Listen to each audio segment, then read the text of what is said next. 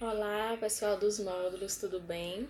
Aqui está a correção das duas últimas atividades, da parte 1 e parte 2 de industrialização. Então, aqui a gente fecha esse conteúdo, tá? Então, peguem os cadernos de vocês e façam as correções. Quem não fez ainda a atividade, me manda a fotografia, tá bom? Então, beijos, saudade.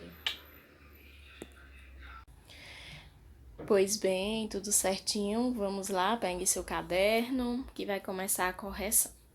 Então, novamente, a atividade foi dividida em parte 1 e parte 2. Então, vou fazer a correção das duas partes, tá bom?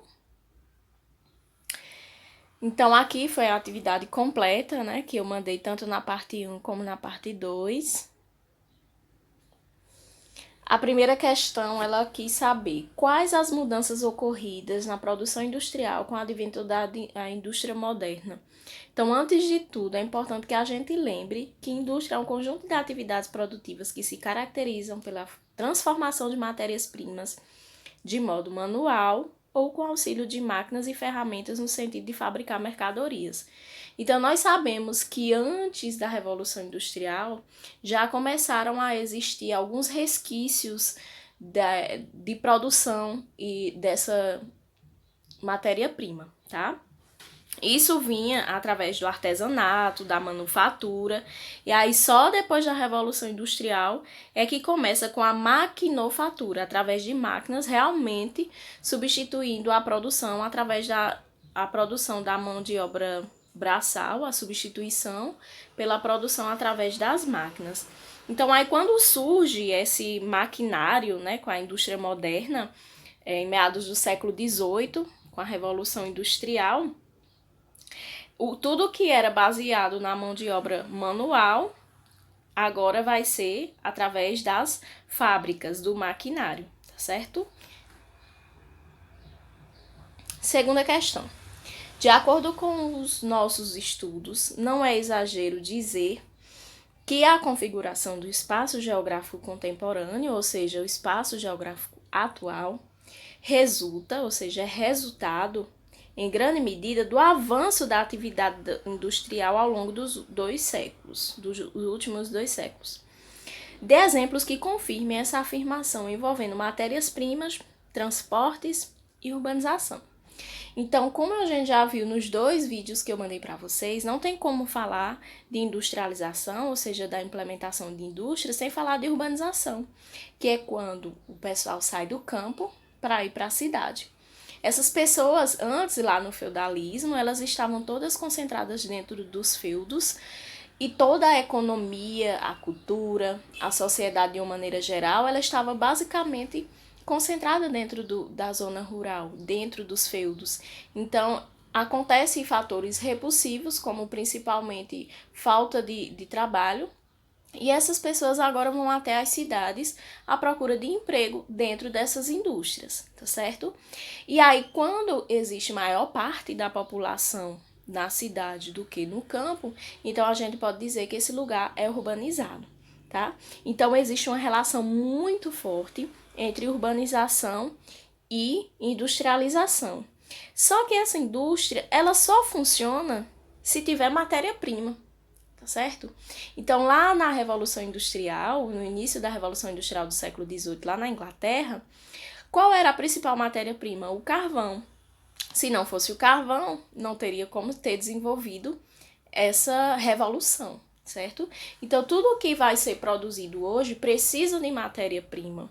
E também não tem como falar disso tudo sem falar de transportes, porque toda essa produção feita dentro da indústria, ela precisa escoar, ela precisa chegar em quem vai consumir, até o consumidor, tá bom? E aqui, terceira questão, como a Revolução Industrial alterou as características do processo industrial? Então, diante dessa questão, o que a gente pode observar? Que com o processo da Revolução Industrial, com toda essa ampliação, né, da industrialização no espaço geográfico, todas as produções elas começaram a se expandir de uma maneira muito maior, através das áreas agrícolas, das produções industriais em maior escala, O comércio agora deixa de ser apenas interno para ser externo também, através de grandes exportações. E isso impulsionou cada vez mais o crescimento acelerado de cidades, consequentemente, né, o processo de urbanização. E enquanto muitos foram expulsos do campo, através das máquinas agrícolas, né, que foram fornecidas pelas próprias indústrias que estavam nas cidades. Então, a cidade, às vezes, a indústria, às vezes, ela estava instalada na cidade, mas o próprio dono era dono de alguma terra para poder manipular essa matéria-prima. Então, os próprios donos das indústrias, muitas vezes, já era um latifundiário, ou já é, né? É dono de uma grande terra, para que ele encurte essa produção entre matéria-prima, transporte e indústria. Quarto, descreva as características das indústrias de acordo com os bens de produção. E dê exemplos. Letra A. Ele quer exemplos de bens de produção ou de base, tá? O que são esses bens de produção? São aqueles bens ou aquelas indústrias que transformam as matérias-primas. A gente consegue ver isso muito através dos minérios, recursos energéticos que processam, né? Fóssil, matérias-primas, que é essencial, né, para os demais segmentos industriais. Então, todas as outras indústrias, elas dependem dessa indústria de base. Elas também são chamadas de indústrias pesadas, né, pelo fato que elas utilizam grande quantidade de matéria-prima e também porque ela usa muita energia. A gente pode exemplificar esses bens de produção de base, as refinarias de petróleo, as siderúrgicas, as mineradoras, químicas e petroquímicas também, bom? E de capital, são aquelas indústrias que a gente também chama de indústria de equipamento, né? Elas produzem as máquinas para todos os outros segmentos industriais também.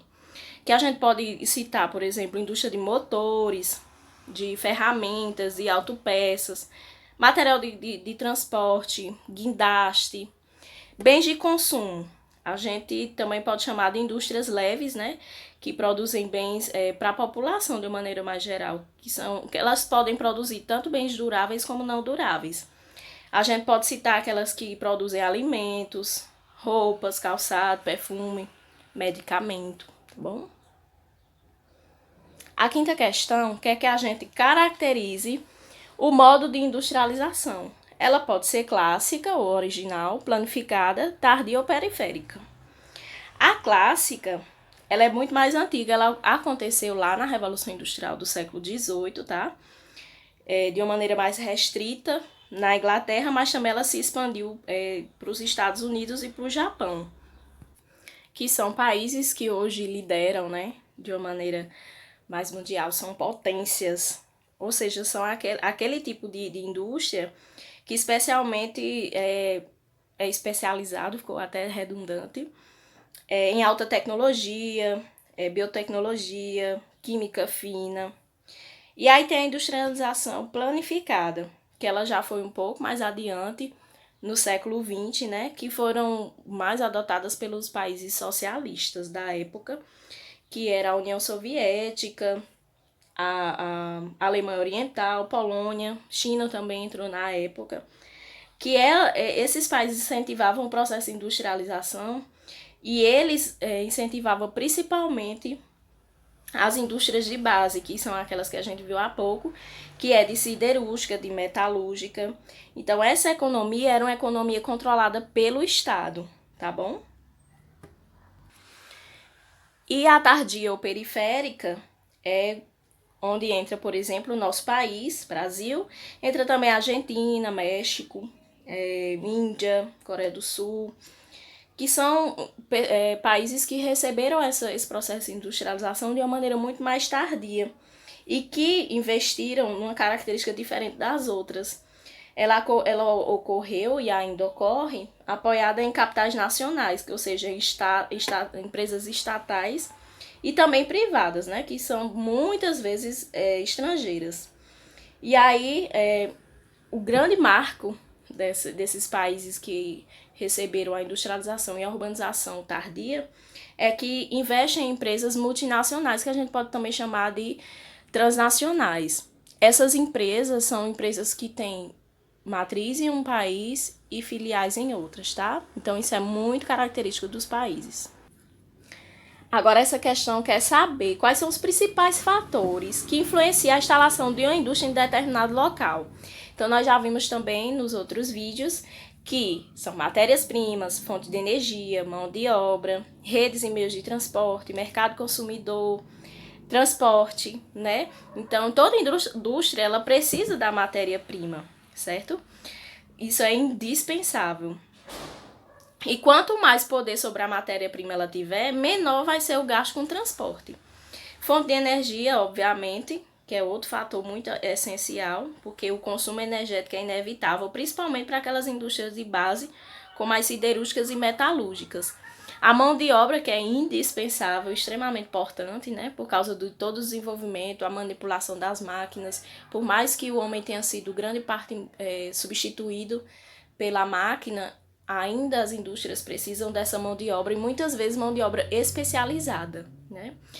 E redes e meios de transportes que são rodovias, ferrovias, hidrovias, portos e aeroportos, né? Inclusive isso foi tema da última aula do EducaPE sobre transporte, a importância dos transportes, né, nesse mundo contemporâneo, né? Porque se você tiver toda essa estrutura de rodovia, ferrovia, hidrovia, portos e aeroportos, se você tiver uma boa infraestrutura, o desenvolvimento das atividades industriais vão ser muito melhores.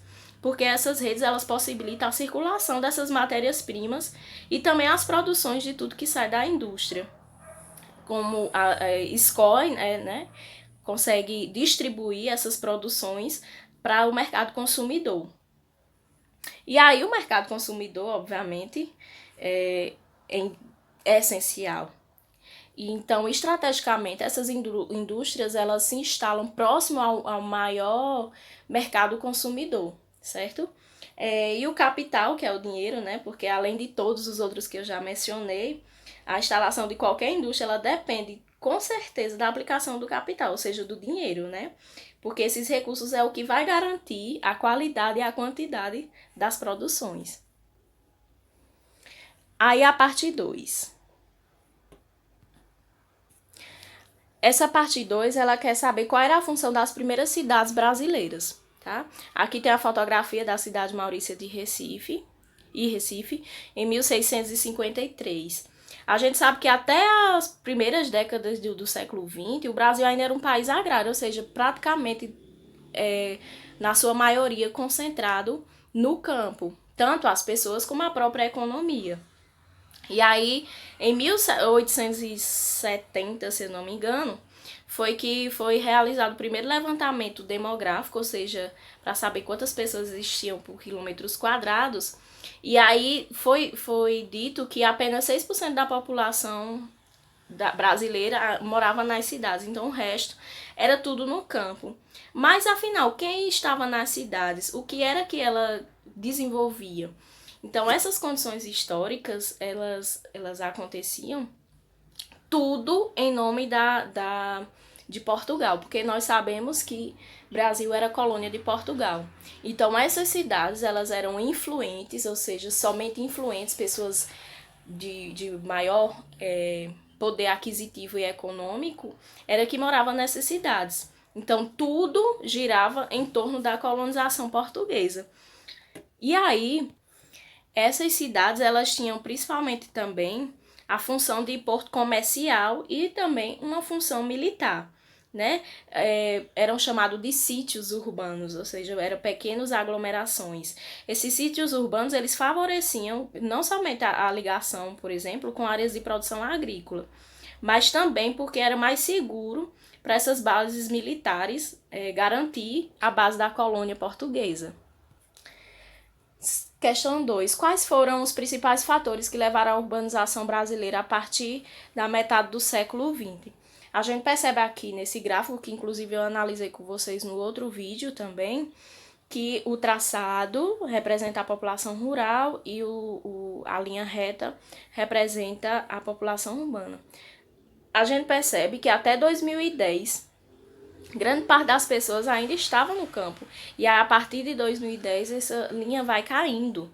E a linha da população urbana, ela vai subindo. Por quê? O que foi que aconteceu no campo? Quando a pessoa sai do campo para a cidade, ela está migrando do campo para a cidade, e que percebe-se que grande parte da população está concentrada na cidade e menos parte da população está no campo, a gente chama isso de êxodo rural, que faz com que essa cidade seja urbanizada. Mas aí por que eles foram expulsos do campo? Nós temos vários fatores, que são principalmente as péssimas condições de vida na zona rural, né? Que aumentou a grande concentração fundiária, ou seja, quem tinha pequena terra foi obrigado a vender porque não conseguia competir com os grandes produtores. Assim também como os trabalhadores que viviam no campo foram dispensados, ou seja, distribuídos pelo maquinário. Então, elas foram para os centros urbanos em busca de melhor condição de trabalho.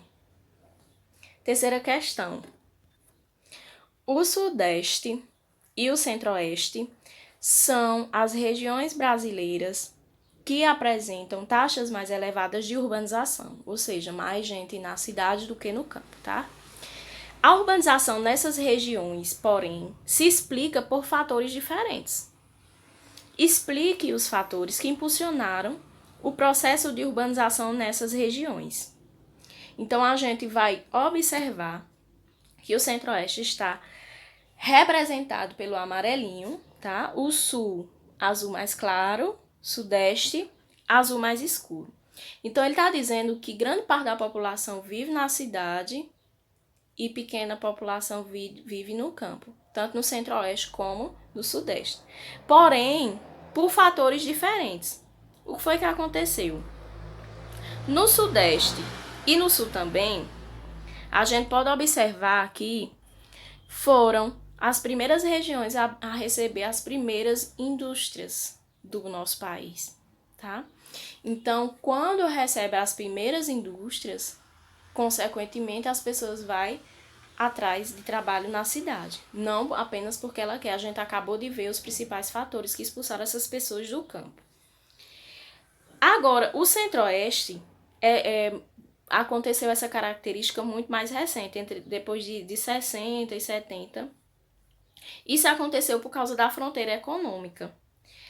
Essas fronteiras econômicas, elas foram impulsionadas pela grande expansão das atividades agrícolas. Lá no Centro-Oeste, existe em peso grande parte de economia baseada na agropecuária moderna, que é altamente mecanizada. E aí, ela vai precisar, consequentemente, de muito menos mão de obra. E aí provocou o êxodo de milhares de pessoas que viviam no campo, porque elas estavam sendo substituídas, certo? Então, essas razões, elas explicam as altas taxas de urbanização, por exemplo, no Goiás, Mato Grosso do Sul, Mato Grosso. E aí, se a gente observar as outras regiões, né? Se a gente observar, por exemplo, Pará, Piauí, Maranhão, esses estados, eles são muito menos urbanizados. Obrigada, saudade, beijos.